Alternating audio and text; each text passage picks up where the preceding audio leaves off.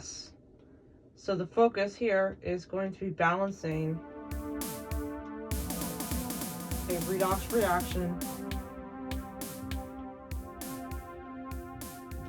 in acidic solution. Now, before we embark on this adventure, I shall go over some essential vocabulary terms to provide essential context. What is a redox reaction? Well, a redox reaction is a chemical reaction that involves the transfer of electrons between two chemical species. What is oxidation? When a substance loses electrons, we say it has been oxidized. Essentially, it is the process of losing electrons. Contrast, reduction, elucidates the process of a substance that actually gains electrons, so resulting in a gain of electrons. An essential way for me to remember this is for me to simply think, okay, well, oxidize. What letter does oxidize contain? It contains O, right? Oxidize, the very first letter in the word is O. What is oxidation? The loss. What letter is also in loss? O. So by associating the O in oxidation or / oxidize, I associate the O in loss, therefore helping me remember that oxidation is the process of chemical species actually losing electrons. So that helps me. Acidic solution. A solution with a high concentration of hydrogen ions, H+, and a pH value below 7. Why do we need to balance redox reactions? To maintain the law of conservation of mass, atoms, and charge throughout the reaction. Basically ensuring that we're conserving the charge, the mass, and the atoms throughout the entire redox reaction, which is essential to understanding, especially with titrations, helping understanding the process at the microscopic level. Now, we can balance redox reactions in neutral solution, acidic solution, or basic solution. In this specific video, I'm going to elucidate how to balance a redox reaction in acidic solution. Therefore, there are some essential and additional steps to go over to help understand how to work through this. 1, we separate the given reaction into the appropriate half reactions, which basically showcase the chemical species that's being reduced or oxidized. Hence the reason why I gave the vocabulary previously to help us understand how those half reactions work and what they're actually telling us. Step 2, we balance all elements other than O and H. 3, we balance the oxygen atoms by adding H2O molecules where needed. 4, we add H+ ions to balance the hydrogen atoms. 5, balance the charge by adding E-, with a tip there of when determining the charge, don't forget about the coefficients. You'll see that go into play later as we actually work through the reaction and see how it works. 6, if needed, multiply the half reactions so that the electrons are the same. 7, add the half reactions by canceling out the common terms and electrons. Finally, number 8, or step 8, we write the final balanced redox reaction in acidic solution. The reaction is as follows. Chloride ion plus sulfur dioxide react to yield chloride ion plus sulfate ion. First, we must write the half reactions. In order to determine the half reactions, we must assign the oxidation numbers to each substance or chemical species.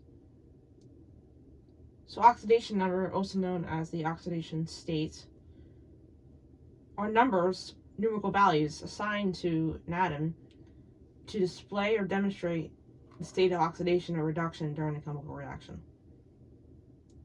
We shall start from left to right. Oxygen in chlorate exhibits a -2 charge.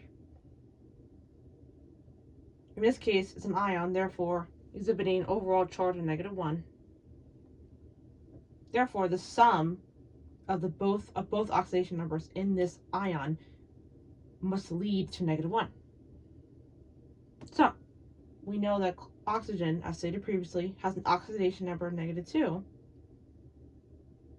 And we see here that there are actually 3 oxygen atoms in this specific ion. To apply that charge, we can take the product, meaning 3 times -2, which is -6. And as stated before, we know the difference must be -1, since we're subtracting in this case. So, what value, when subtracted by 6, yields -1? 5. Therefore, the oxidation number of chlorine in this ion is +5. Next, sulfur dioxide. Oxygen has a -2 charge. There were 2 oxygens. 2 times -2 is -4. This specific compound has a 0 net charge. Therefore, the sum must yield, or I should say the difference, must yield 0. So, what value is subtracted by -4 receives 0, 4. Therefore, the sulfur in this specific compound must have a +4 charge. On the right side, on the product side, the chloride ion exhibits a -1. So therefore, just -1. And the sulfate ion, so -2 for the oxygen, 4 times -2 is 8, -8. And this ion possesses a -2 charge. Therefore, the difference must yield -2. So what value is subtracted by 8 here receives -2? 6. Therefore, sulfur must exhibit a +6 charge. So, you may be wondering, how do all these numbers facilitate our endeavor of determining the half reactions? Well, it's simple. Remember the whole concept of oxidation and reduction from earlier? What did I say earlier? The oxidation means there's a loss of electrons. The O in oxidation equals the O in loss. Therefore, there is a loss of electrons in the chemical species. Contrast, reduction means there's a gain of electrons. So, these numbers can actually indicate what chemical species is being oxidized and what's being reduced. It's very simple.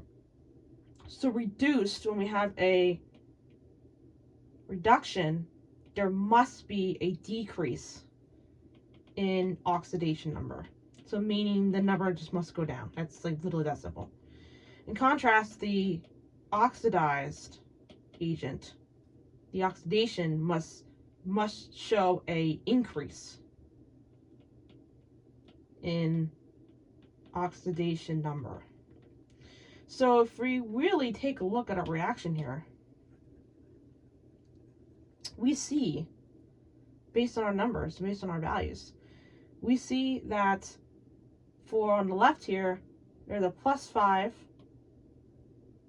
for the chlorine, and then on the right, there's a -1. So what happened there? Is there an increase or a decrease? There is a decrease in the oxidation number, correct? Right? Therefore, the chlorate ion is what's being reduced. So that is going to be our principal focus for the half fraction of the reduction. So, reduced is our chlorate ion.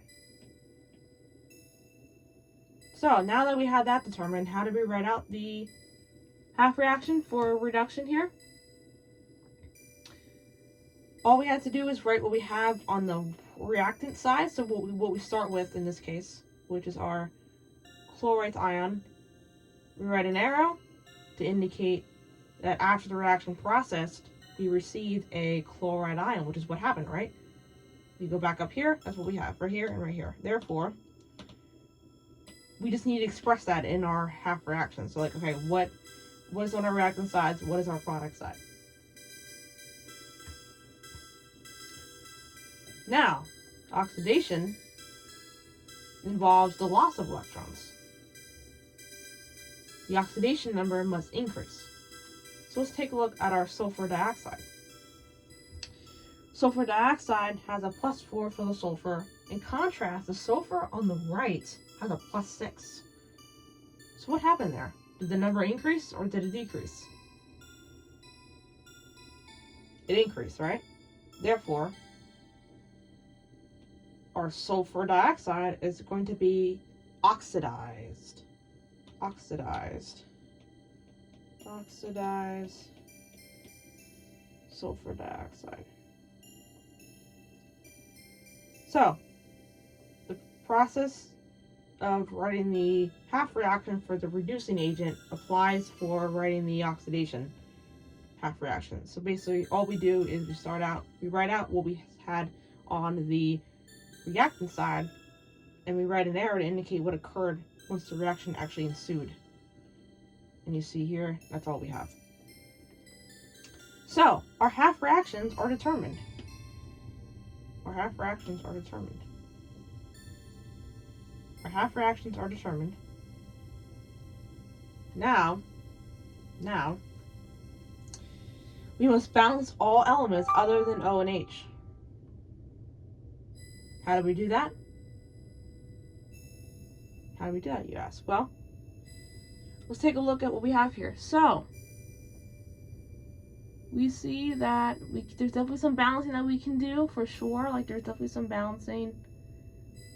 But we actually are okay in this instance because we're actually going to balance the oxygen atoms and later on in our process here. So we can, not neglect, but we can pretty much accept to balance all elements other than O and H. We can merely proceed since other than O and H, there's nothing else that needs to be balanced other than OH, right? Because chlorine, there's one here. Chlorine, there's one here. There's one here. That's balanced. Contrast, sulfur, one sulfur, one sulfur. We're good there. The oxygens are balanced, but we're going to do that very soon, so we can initiate that process once we get to the next step. So number 3, we balance the oxygen atoms by adding H2O molecules. So if we look at our first half reaction for the reducing agent, we see that there are 3 oxygens on the left side. In contrast, there are no oxygens on the right side. Therefore, we must add 3 H2O with a coefficient of 3 to balance. So now we have 3 oxygens on the left side and 3 oxygens on the right. So now we are good with the oxygen, so that's excellent. We are good there. Let's take a look at our second half reaction. So our second half reaction, we have 2 oxygens on the left and 4 oxygens on the right. Therefore, to balance this, we must add 2 H2O on the left because that coefficient gets applied to every single atom there. Therefore, we have 2 oxygen atoms here and then 2 here. So 2 plus 2 is 4 from those 2 there. And then, in contrast, before we had none, right? We had 4, we only had 2. Now we need 4. So 2 plus 2 is 4. 4 equals 4, right? It's a true statement. Therefore, we are good with that. We are good with that. So now we have them balanced because we added in the H2O molecules. Number 4, we balance the hydrogen atoms with H+ ions. So because of the addition of the water molecules, we can certainly see there is disparity with the hydrogen atoms. Like there's definitely things that aren't balanced here. So therefore, to balance that, we must add our hydrogen ions. So in the first half reaction, we have 6 hydrogen atoms on the right and no hydrogen atoms on the left. Therefore, we must add 6 as a coefficient, 6 moles of our H+ here, And then on the bottom here, so for our oxidize, there are 4 hydrogen atoms on the left and no hydrogen atoms on the right. Therefore, we must add 4 moles of H+, so like 4 of the hydrogen ions. So now our oxygen and hydrogen atoms are balanced in both half reactions. Now we need to balance the charge by adding E-. I'm going to rewrite each half reaction here, which has all the additional pieces of the balancing, since I'm running out of room at the top here to display this part here. So our charges. When determining the charge, we must assess the coefficient, because that's going to help us determine what the charge is on both sides, hence helping us balance the charge when adding the E-. So if we look at our first one, this is the reducing here. I'm going to write that on the side so we know what each one is. So we actually remember correctly which one is which. So let's put an R here and then an O here, since I'm going to need room to do more balancing. Alright, so our charges here. So if we look on our first one, we have a +6, since we have that coefficient of 6, so it's a +6 for this one. In contrast, here we have a -1, right? So a +6 minus 1, that yields a 5. So overall charge of 5 for this whole side. Contrast, the right side of the product side, we have a minus, so a -1, and then here we have that coefficient of 3. But if you look here, it's actually going to be 0, so therefore we have a -1. So obviously this is a -1, and then the left side is a +5, so obviously there's like a huge imbalance there. However, to balance it, we can simply add a 6E- on the left. 6E- on the left. Because when we do that, now we have a -6, a +6, which yields 0, and a 0 minus 1, which is -1. What's the charge on the right? -1. So now both sides are even with the charge, so both sides are balanced. So we can simply, therefore, add a 6E- to the left side of our first half reaction. For the oxidized half reaction, we see that there is, on the left here, we have the 2H2O, and we see that actually that whole charge, the overall charge to the left is 0. So 0 here. Contrast, our right side is a -2 and a +4, since the +4 gets applied to the plus there. So if you think about that, 4, the +4 minus the 2 yields 2, so +2. Therefore, we must find a way to balance it with our charges. So all we have to do to accomplish that, as we see there's a 0 here, the easiest route would be to have both sides be equal 0. Therefore, we can add a 2E- to the right side. Because when we do that, we have -2, +4. So -2 and -2 is 4, right? -4. -4 plus 4 is a 0. So therefore, both the left and the right sides have an overall charge of 0. So they're all balanced now. So the charges are balanced. So now that's done, we can proceed to the next step. So the next step would be to multiply the half reactions so that the electrons are the same. So if we take a look at our added E- here, we have a 6E- in our top half reaction. So our top half reaction. In contrast, we have a 2E- here, even though it is really small. 2E- there. So in order to make them the same, we must multiply. So in this case, we're going to multiply by 3 in the bottom half reaction to yield 6E minus, so it's the same as the other one.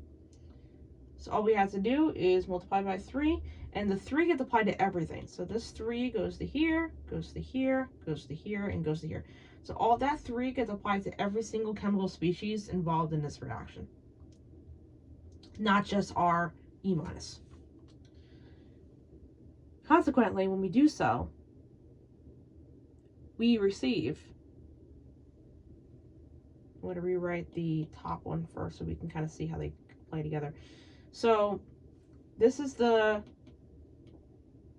first half reaction, the one that has the 6E minus from here. I'm going to rewrite it again so that way we can see them side by side to compare them to make sure we're on the right track. So that's the first one. This first one, there's nothing happening here. We're not multiplying. It's going to stay the same. Contrast, this one, like I said, we're going to apply that 3. So that 3 is going to get applied.